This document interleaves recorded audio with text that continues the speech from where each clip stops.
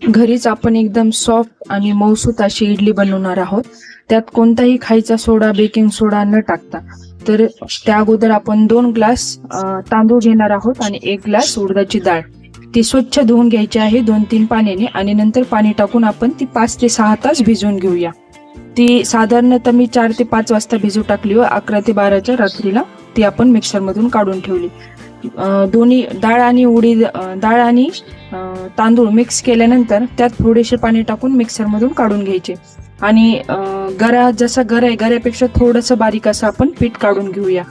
पाणी टाकल्यामुळे आणि उडीद डाळ आणि तांदूळ मिक्स एकत्र केल्यामुळे आपल्याला मिक्स करण्याची जास्त गरज पडणार नाही.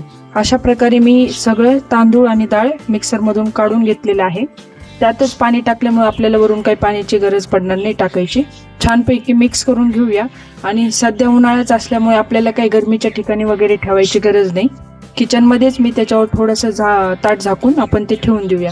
आणि सकाळी बघा असं फर्मेंटेशन झालेलं आहे. चांगल्या प्रकारे पीठ फुगून आलेलं आहे. आता इडली करताना तुम्हाला जेवढं पीठ पाहिजे ते इडली, डोसा, उत्तप्पा तुम्ही याचं काही करू शकता. आपण पातेल्यात वेगळं काढून घेऊ आणि त्यामध्ये मीठ टाकून मिक्स करून ठेवूया.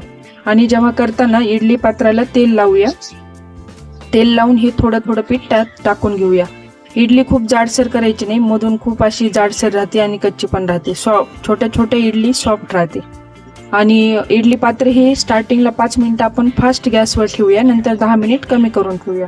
जर इडली झाली आहे का नाही हे पाहण्यासाठी वरती बोट लावून पहा. जर पीठ चिटकलं तर त्याला अजून गरज आहे. अशा प्रकारे आपली इडली तयार झालेली आहे. आणि थोडासा मोठा चमचा मी जसा घेतलेला आहे तसा घ्या, म्हणजे इडली पात्राला ही चिटकणार नाही. एक पात्र झाल्यानंतर पुन्हा ती धुवून त्याला तेल लावून तुम्ही दुसरी करू शकता. तर एकदम घरगुती पद्धतीने न सोडा आणि बेकिंग सोडा आणि खायचा सोडा न वापरता एकदम सॉफ्ट, टेस्टी आणि पांढरी शुभ्र इडली तयार झालेली आहे. ती तुम्ही इडलीच्या चटणी सोबत किंवा सांबार सोबत सुद्धा लेकरांना व तुम्हीही घेऊ शकता. व्हिडिओ पूर्ण पाहिल्याबद्दल धन्यवाद. Please subscribe, like, share and comment.